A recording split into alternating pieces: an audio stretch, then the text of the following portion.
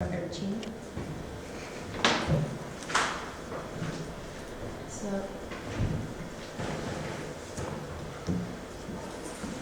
I want to talk about a criminal use of scientific representation of nature, like biology and anatomy. So it started a long time ago, 1 century before the current era, and I like to say current era instead of talking about Christ. So we have the Vitruvian Man, an illustration by Leonardo da Vinci, according to the ideal proportion of the human body. So Vitruvio is an architect that defined like the perfect proportion. So there is always this definition of beauty, but trying to be justified by numbers. And the problem is not only the definition of beauty or perfection for me, but also the type of body that they're using for the norm, like the white cis man. So the architecture, in a broader definition of the profession, as designers of this man, here like Le Corbusier, he did the modular. They keep using golden ratio and Fibonacci sequence like science to justify fascist order and normalization. I like that story about one famous saying from Le Corbusier that he said architecture of revolution because he was saying that an efficient and industrialized architecture can avoid the working class revolution, which sounds awful. But he's one of the icons, of how we think about space and bodies.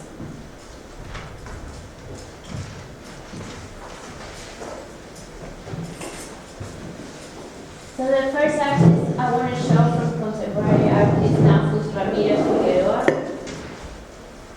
So this work of Naufus shows 3 buildings dancing with song produced with a marimba by Greek. So you have the Mayan pyramid, the Modernist National Bank of Guatemala, and a Catholic church, colonial church. So these are like 3 iconic architectures in Guatemala, but then the performance is that they dance and like hitting each other. So because the costumes are made of cardboard, they end up naked. So I thought it was the best example of these bodies and buildings. Another icon, every time you have the class of anatomy in the traditional art school, is the creation of Adam by Michelangelo.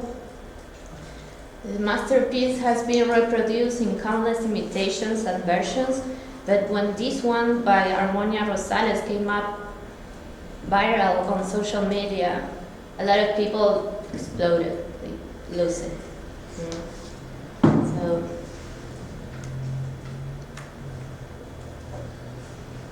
she wanted to take a widely recognized painting. She said she always worked with these masterpieces. White figures are a staple in classic art featured in major museums. They are the masters of the masterpieces. Why should that continue? So the 3 Graces by Rubens. Sorry, this is another one from Armenia.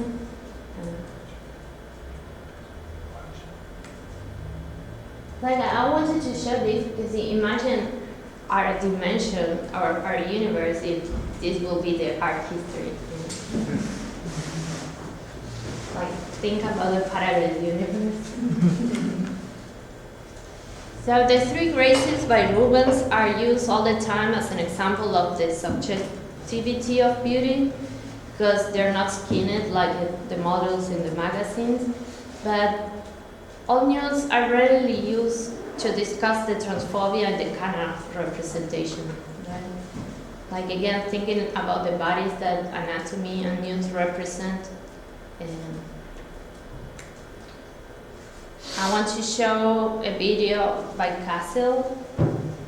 Castle, they are a performance artist and bodybuilder who use their own body in a sculptural fashion, thereby interrogating feminism, body art, and girl male aesthetic.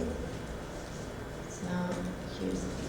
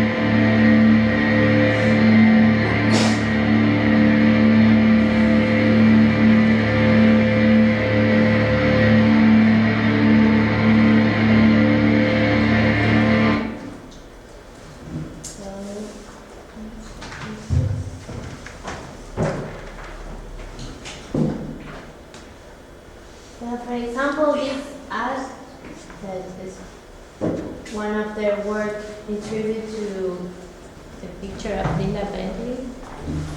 So the ad was banned in Berlin by a Red Road company because they said it was sexist. Like how? They say because the lips. Yeah. So it was so embarrassing for the company that they have to put it back in order to avoid the controversy. So talking about queer and trans community, it's very important to have more information about pronouns. Cassie recommends this link from a media reference guide on transgender issues. So I'm going to put all the links on the website too. And there's also another group that denounced to the use of medicine and science against their bodies. So this comes from fat activists.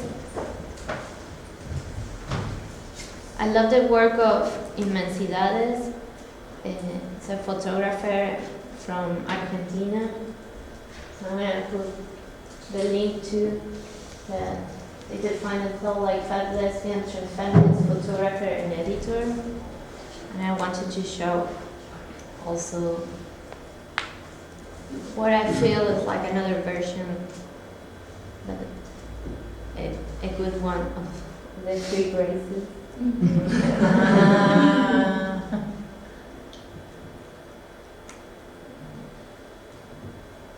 This one is Karen after a mastectomy. Why are we talking about all these issues? I think it's very important because it's not only here with Trump, like for example in Argentina, I said this before, with trying to, the state recognize sexual education as mandatory for any school, not only public but also private and religious school. And the religious group are using biology against trans community, against the right of every kid to have an open and free education. And for me it's insane that religion is using science against, but the truth science is biased too. So I want to show another video. And I want to recommend also the Contrasexual Manifesto by Bob Preciado, because they talk about intersex babies. But first I want to show Riley Denny's video on her approach on why trans women are not biological. This one is a little longer, but I found it super interesting and I wanted to share.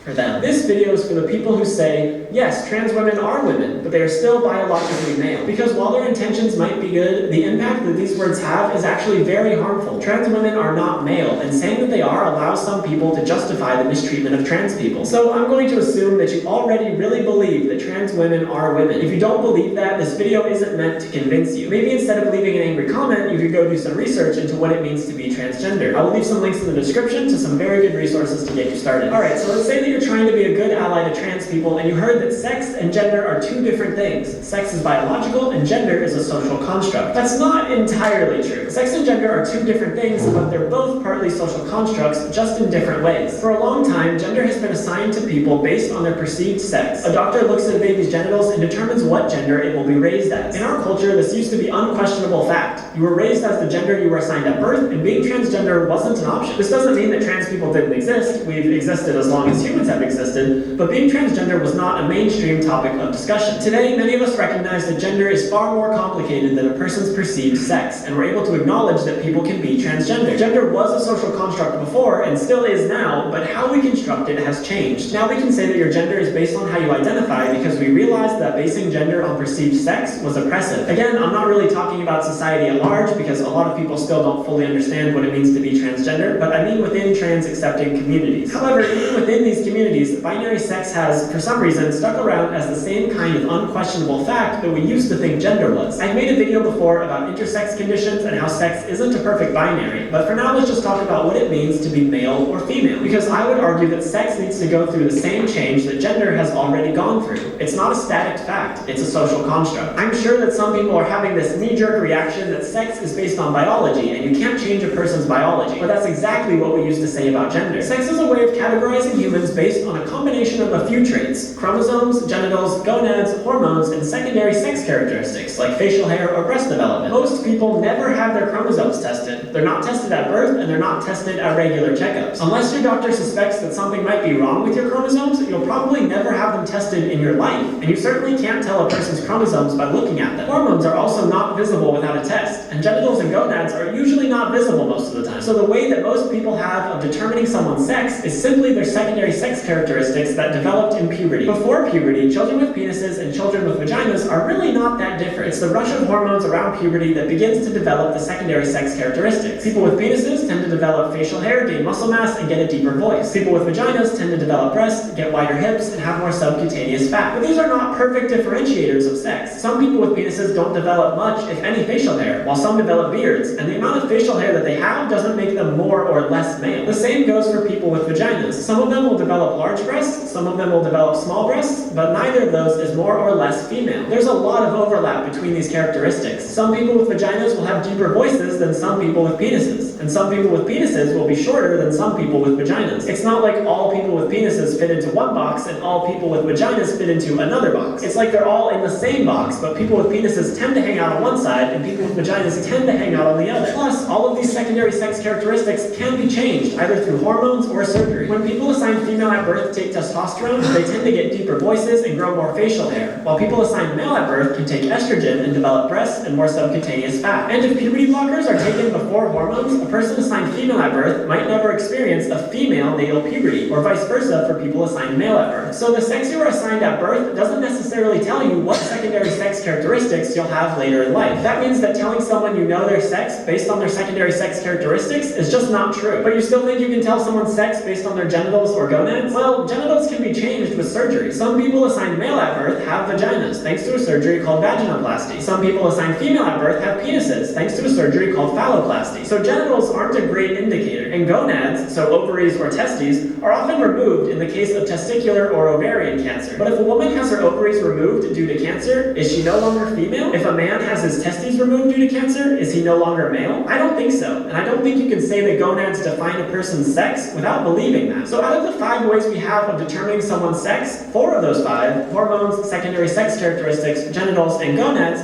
cannot be accurately used to determine someone's sex. For example, if someone was assigned male at birth but took puberty blockers and hormones and had a vaginoplasty, they would have female hormones, secondary sex characteristics, and genitals. So 3 of their 5 ways of determining sex would be female. They wouldn't have male or female gonads at that point, and let's assume their chromosomes are XY. That means that 3/5 of the sex criteria point to female, and only 1/5 points to male. And if you believe that sex is an unchanging biological fact, that couldn't be possible, but it is. Here's where people say, well, you can't change your chromosomes, and yeah, that's correct. But if you want to argue that sex is entirely determined by chromosomes, then you're arguing against the definition of what we call biological sex. Because sex has never been only about chromosomes. It's been about all 5 of these traits. And tell me, what good does dividing people based on their chromosomes do? If chromosomes don't determine your hormones, secondary sex characteristics, genitals, or gonads, what purpose do they serve in differentiating people? The answer is, they serve no purpose. There's no reason to divide XX people and XY people. That is an arbitrary distinction information that has no effect on how the person looks or behaves or navigates the world. You can't know someone's chromosomes by looking at them, and even if you could, it wouldn't give you any useful information about the person. That's the point I'm trying to make. Sex is not a biological fact because it is determined by things that are largely changeable, and the only part of it that is unchangeable doesn't have any real-world effect. So it is just as much a social construct as gender is. But I'm not saying that for a trans person to be trans, they have to have all the surgeries and take all the hormones. A trans person is trans if they claim that identity, because a cis person doesn't become trans when they have their ovaries removed due to cancer, and a trans person isn't cis just because they can't afford hormones. Having a vagina doesn't make you a female, regardless of whether you were born with it or got it through surgery. Gender is about your identity, and therefore, so is sex. The fact that sex is so fluid means that thinking of sex as a binary, unmoving fact of life is just wrong. So if you're a trans woman, you're female. If you're a trans man, you're male. And if you're neither a man nor a woman, then you're neither male nor female. Biological sex has to undergo the same paradigm shift that gender did. We need to start thinking about it as a social construct rather than an inarguable fact. Because when people say that a trans woman is biologically male, they use that as a way to attack trans people. They use it as an excuse to exclude us from bathrooms, locker rooms, and other women's spaces. It's just a more subtle and more socially acceptable way of discriminating against trans people. You might mean well by saying that sex and gender are two different things, but I think it's important to emphasize that both are social constructs based on your identity. This video is a part of my feminism with Riley.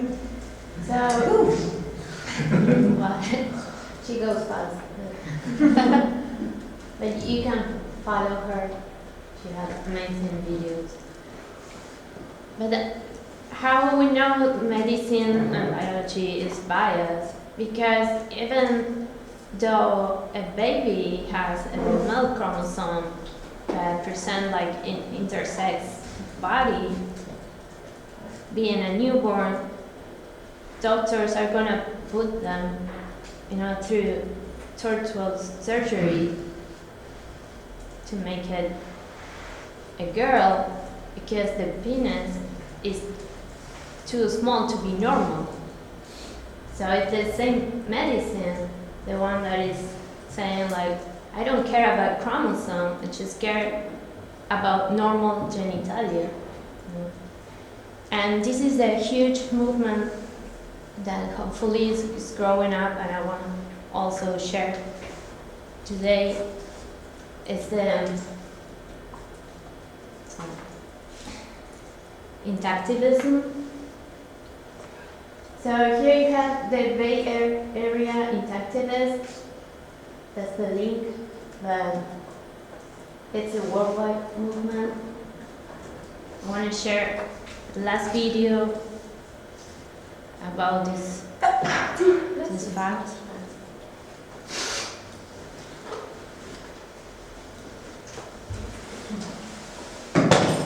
This one is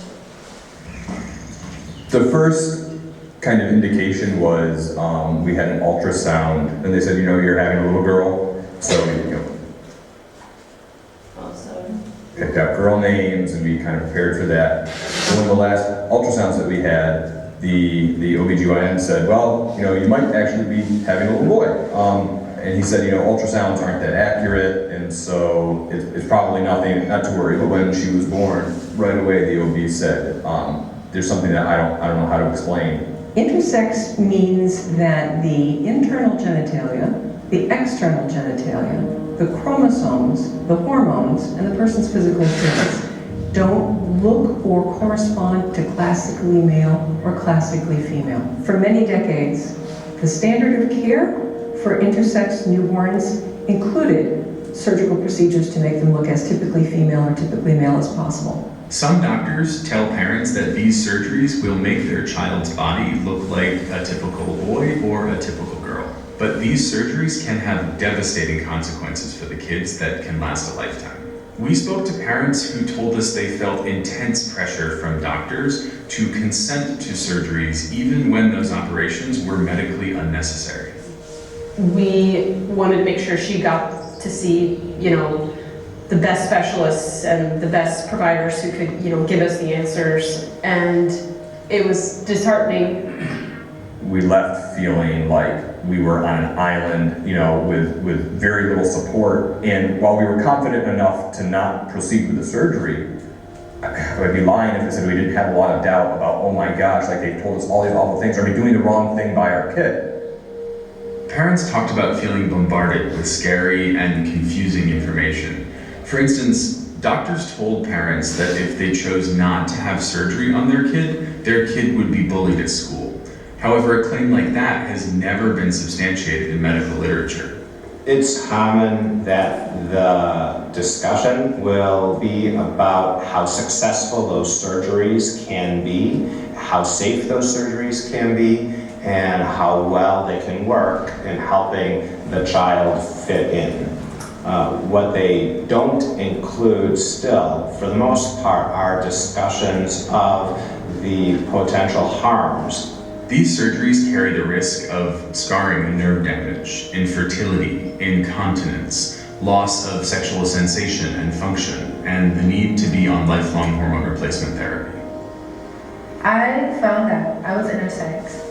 Freshman year, I retrieved my medical records and I learned not only was I intersex, but then I learned everything they did to me to try to take the intersex parts of me away. It was like getting the wind knocked out of me. When I was first born, doctors found undescended testes in my abdomen and removed them. When I was 4 years old, the surgeons decided to reduce the size of my clitoris. I had no knowledge of this. When I was 11, they said they were doing surgery on my bladder. And when I found out from my medical records, that was actually a non-consensual vaginoplasty. When these irreversible surgeries are conducted on children, they can have a lifelong physical impact as well as psychological trauma. When intersex kids grow up, they may want some of these operations, but that should be their decision to make. Physicians are very powerful in this equation. The medical saying, "do no harm," plays a prominent role in care for intersex individuals. We need to really think about the fact that there is a significant risk for harm. There are two very rare instances when surgery is required on a newborn with a variance of sex development. One is when the internal organs are on the outside of the body, as if they were turned inside out. The other one would be to ensure that there's a place for urine to leave the body. Any other surgical procedure on the external genitalia of the newborn is cosmetic surgery and is not medically necessary. Doctors across the US continue to conduct medically unnecessary irreversible surgeries on intersex children when the kids are far too young to consent and when the operations could be safely deferred until the kids are old enough to decide for themselves. These surgeries need to stop. I think our daughter is the best evidence for why surgery should be deferred, because she's awesome. Right after she was born, I got to spend a little time with her before she went to the incubator. I remember I kept saying to her, like, I hope you're all right. I hope you're all right. And everybody was telling us all the things that were wrong with her. And that was so hard to hear as a parent. But I feel like these last 2.5 years, she's been doing nothing but proving to us that she's all right. I wish my parents would have known that I would grow up and not want this to have happened to me. I wish they would have known that when the doctors came to them saying, your kid basically won't be lovable unless we change their vagina, change this, change that, take the clitoris out, etc., etc., that they would have let that bounce off and no. Like, if my daughter's not sick, then you're not going to try to change her so that she can be loved. She should be loved for who she is.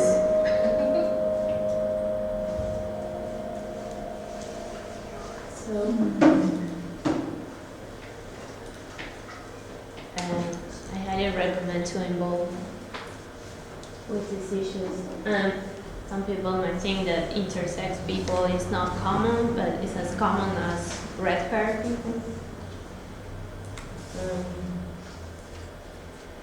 So finally, just want to share with you the Transgender Festival that's happening now at the Roxy Theater. I think I want to go. Join me. So that's it. Now we're gonna get more from Maggs. Let me select this.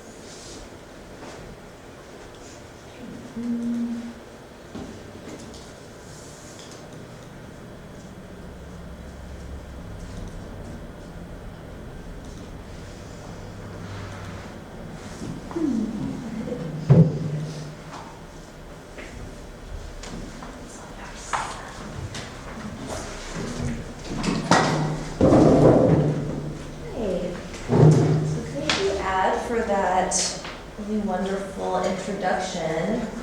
I feel like it really lays the groundwork for a bit of moving into talking about the image of the monster, or the composite creature, the Frankenstein's monster, is sort of something to artistically reclaim, especially I think it in lieu of a society that itself is sort of monstrous in that it mutilates people and forces people into these binary boxes in a way that's actually very much against nature.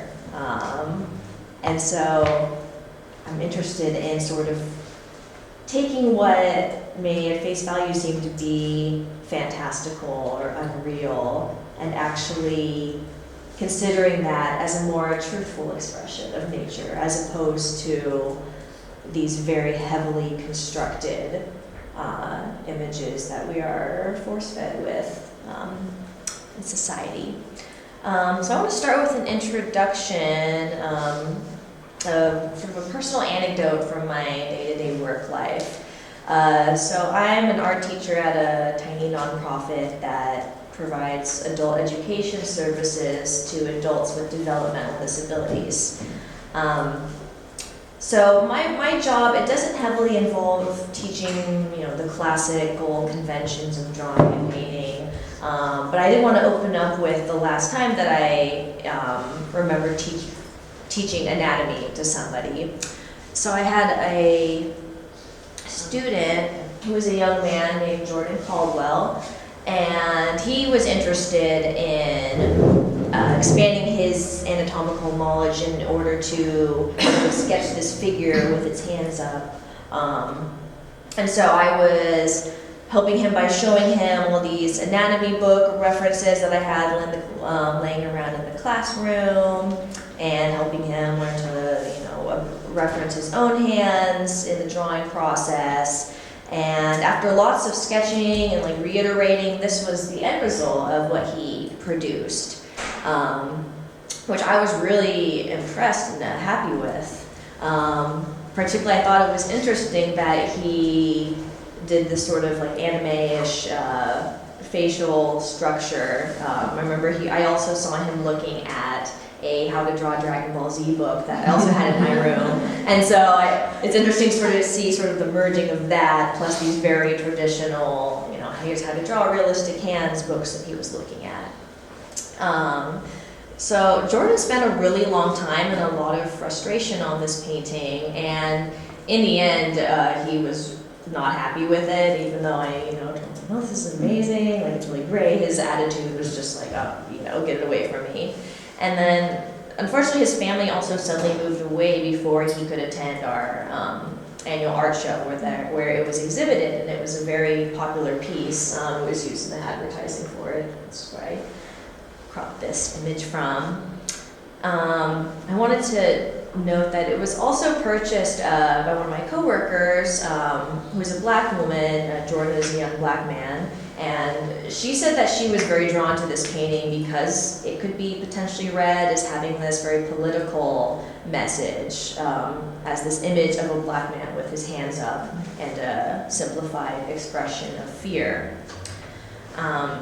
During Jordan's process, he had only communicated to me that he was interested in making a horror-inspired painting, but he was he seemed kind of ambivalent as to whether the figure in the painting was frightened or whether it was to be frightening somebody. And I thought that openness of interpretation was part of the painting's appeal. And another thing I remember when I was helping him make this work was how it was it felt really important to me to not deny his urges towards the cartoony or the stylized. And that ended up sort of conjuring up memories from my own childhood and my own struggles with learning anatomy. So I felt like a lot of his frustrations during his process were incredibly familiar to me in that way. Specifically, I remember taking this art workshop when I was in high school, and that's not what this has to do with, I'll get to that in a second, but I remember working really hard to replicate this 18th century portrait of a French noblewoman, and then the instructor, after looking at it, was like, oh, you made her too anime. And I felt really crushed at the time because I remember I thought I was trying very hard to not make it look anime. But I'm sure that showed because this was the kind of art that I was making when I was 11, and this was how I taught myself how to draw. So like this is a digital drawing I did in sort of a web-based message board where you can like draw pictures in this like applet. It's called Oekaki, and then you can post it online and then chat with people. So I drew this cat girl when I was 11, and I really like this image looking at it now. It's interesting to see how these anime conventions that are already very hyper distorted and obviously very based in sexist ideas and hyper idealization of the feminine body were kind of further distorted through my amateur lens. And so there's sort of, even though it's based on a very oppressive like influence, it also, there's sort of something really enjoyable to me about it, about the childlike approach. And for me, another frequent, I guess it was an anatomical or like character building reference I used were these web-based drag and drop pixel doll makers, like the image on the left. These were things that were made online in like the late 90s, early 2000s by computer savvy like women and young girls who were sort of it was like a very DIY approach to computer graphics, and also giving other people like these drag and drop games to create their own characters. And for example, this one I was sort of translating a character that I envisioned was an anthropomorphic cat girl, but I was depicting her as a regular human with thrown on angel wings, apparently. I was making that translation due to the constraints of the avatar maker. Like, obviously, I couldn't make her look like how I imagined her as a blue cat person. So working around those constraints, but also working through this constant sort of creative retranslation of the same character, same figure or identity through different forms. So I think that's one thing that's very interesting to me is how on one hand these doll makers are so restrictive. A lot of them would, it's the only same skinny Barbie doll like body to work with. A lot of the early doll makers didn't even have different skin tone or hair options. But as more people got involved in it, that obviously changed. But it's still these very restrictive, like, yes, idealized, big-breasted images of women. But I felt like part of the creativity of using the doll makers ended up finding ways to navigate around and go against these limitations. And so then for me, it ended up becoming something of an exploratory field in terms of gender and sexuality. So, for example, these dolls on the right I made when I was around like 14. The one on the upper left is me, and then the one next to her is that was the boy that I had a crush on in 8th grade, but I turned him into a girl because you can only make girls in this thing. But that ended up revealing a lot about my sexuality later on in life.